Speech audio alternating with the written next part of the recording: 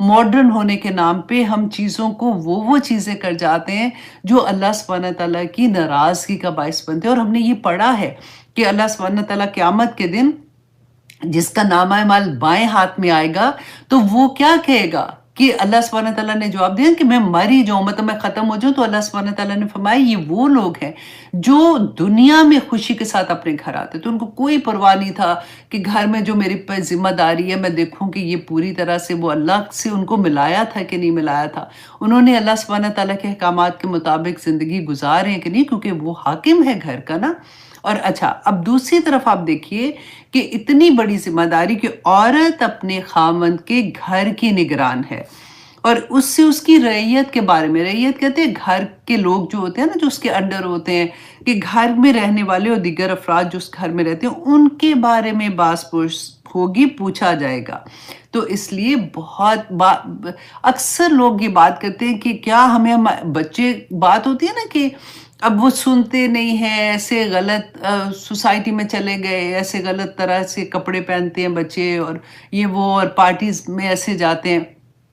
لیکن یہاں پہ تو ہم سے تھوڑی پوچھا جائے گا اب ہم کیا کریں. لیکن دیکھیے عورت سے اپنے خاوند کے گھر کے بارے میں، اس کی اولاد کے بارے میں پوچھا جائے گا. اب میں یہ جب پڑھی تھی نا کہ مجھے یہ بھی اتنی کیوٹ بات لگی کہ عورت سے اس کے اور اس کی رعیت، گھر میں رہنے والے اور خاوند کے گھر کی نگرانی اور خاوند کے بچے جو ہے ان کے بارے میں پوچھا جائے گا. تو میں نے کہا دیکھیں یہاں پہ خاوند کے بچے کا جو ورڈ تھا نا، مجھے وہ بھی تھوڑا سا ایسا لگا، میں نے کہا وہ بھی میں مینشن کر دوں. اچھا، جو نوکر ہوتے ہیں نا، خادم، اس سے اپنے آقا کے مال کے بارے میں پوچھا جائے گا. اس کی رعیت کیا ہے، اس کا جو آقا ہے اس کا مال و اسباب کے بارے میں پوچھا جائے گا.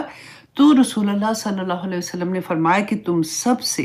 اپنے اپنے دائرے میں جو نگران و ذمہ دار ہو، وہ سب سے اس کی رعیت کے بارے میں باس پوس ہوگی. ہر فرد، چاہے وہ حکمران ہو، ایک آدمی ہو، حتیٰ کہ گھر کی چار دیواری میں رہنے والی عورت ہو، اس سے بھی اس کی رعیت کے بارے میں کہ اس نے اپنے فرائض ادا کیے تھے کہ نہیں، اس نے بچوں کی اصلاح کی تھی کہ نہیں، اس نے عدل انصاف قائم کیا تھا کہ نہیں، اور ان سب ذمہ داریوں کے بارے میں اس سے سوال کیا جائے گا. اللہ اکبر. تو اللہ سبحانہ تعالیٰ جی، میں یہ کہتی ہوں نا کہ جو کہتے ہیں نا کئی دفعہ کہ فارغ اتنے ٹائم اتنا تھا، یہ وہ کچھ بھی، میں کہتی ہوں کیسے اگر یہ احساس ہو جائے کہ ہمارے ہر لمحے کا سوال ہوگا، ہر چیز کا جواب دینا ہے، تو بندہ، تو میں کہتی ہوں پتہ نہیں سارا دن کہاں گزرے، کس سوچ میں گزرے. آج انشاءاللہ ہم سورۃ ہمزہ کریں گے، اور اس میں ہم دیکھیں گے کہ اللہ سبحانہ تعالیٰ نے جو نعمتیں عطا کی، اب یہ غور سے سنیے، اللہ سبحانہ تعالیٰ نے جو نعمتیں عطا کی ہیں، آنکھیں، کان، ہونٹ، بات، زبان، ان ساری پوری نعمتیں آپ سوچ لیجیے، تو میں اوپر والی رکھ رہی ہوں نا، ان کے بارے میں جب ہم غلط طرح سے استعمال کرتے ہیں. غلط کیا ہے؟ ایسا نہیں ہے کہ ہم نے نعوذ باللہ کچھ ایسے بہت ایسی والی حرکت کر دی. وہ چیز جو ہمیں پتہ بھی نہیں چل رہا ہوتا، ہم اپنی زبان سے جو گناہ ایسے کرتے ہیں، ان کی سزا کے بارے میں ہوگا کہ اللہ نے وہ نعمتیں تمہیں کیوں دی تھی، کیا ہو گیا، ہائے میرے ساتھ ہی ایسے ہوتا ہے، ابھی یہ ختم نہیں ہوا تھا تو یہ ہو گیا. وہ پریشانی، وہ سوچ ہماری زندگی کو پورا بدل دیتی ہے. وہ جو ہمارے ذہن میں ہارمونز ہوتے ہیں نا، وہ ہمارا دماغ جو ہارمونز ریلیز کرتا ہے، وہ اتنے سیڈ ہارمونز ہوتے ہیں کہ ہوتے ہوتے وہ ہمارے پورے جسم پہ چھا جاتے ہیں. اللہ سبحانہ تعالیٰ نے، جس نے یہ مخلوق تیار کی ہے، جس نے ہمیں بنایا ہے، یہ مشینری بنائی ہے، اس نے ہمیں بتایا ہے کہ اللہ کا ذکر کرتے رہو کبھی بھی، کیونکہ زبان جب ذکر کرتی ہے نا تو یا سوچ رک جاتی ہے. سوچ رکے گی تو وہ تکلیف نہیں دے گی. اور جس وقت تک آپ کو عادت اتنی ہوتی ہے، دن کو بھی ذکر، شام کو بھی ذکر کر رہے ہیں، نماز پڑھ رہے ہیں، دن کے کام بھی کر رہے ہیں ساتھ ساتھ. آج دیکھیں گے کہ کام بھی کیسے کرتے ہیں اور ذکر کیسے کرتے ہیں انشاءاللہ. تو اللہ سبحانہ تعالیٰ سے دعا کریں کہ یا پاک پروردگار میرا سینہ کھول دے، یا اللہ مجھے حکمت عطا کر، یا اللہ میرے پاس اگر کوئی مشکلیں آ رہی ہیں ان کو ڈیل کیسے کرنا ہے، یا اللہ مجھے اس کی اصل حقیقت سمجھا دے. اور اللہ سبحانہ تعالیٰ انشاءاللہ کر دیں گے. اچھا، بعض مفسرین نے کہا کہ علم نشرح لک صدرک سے مراد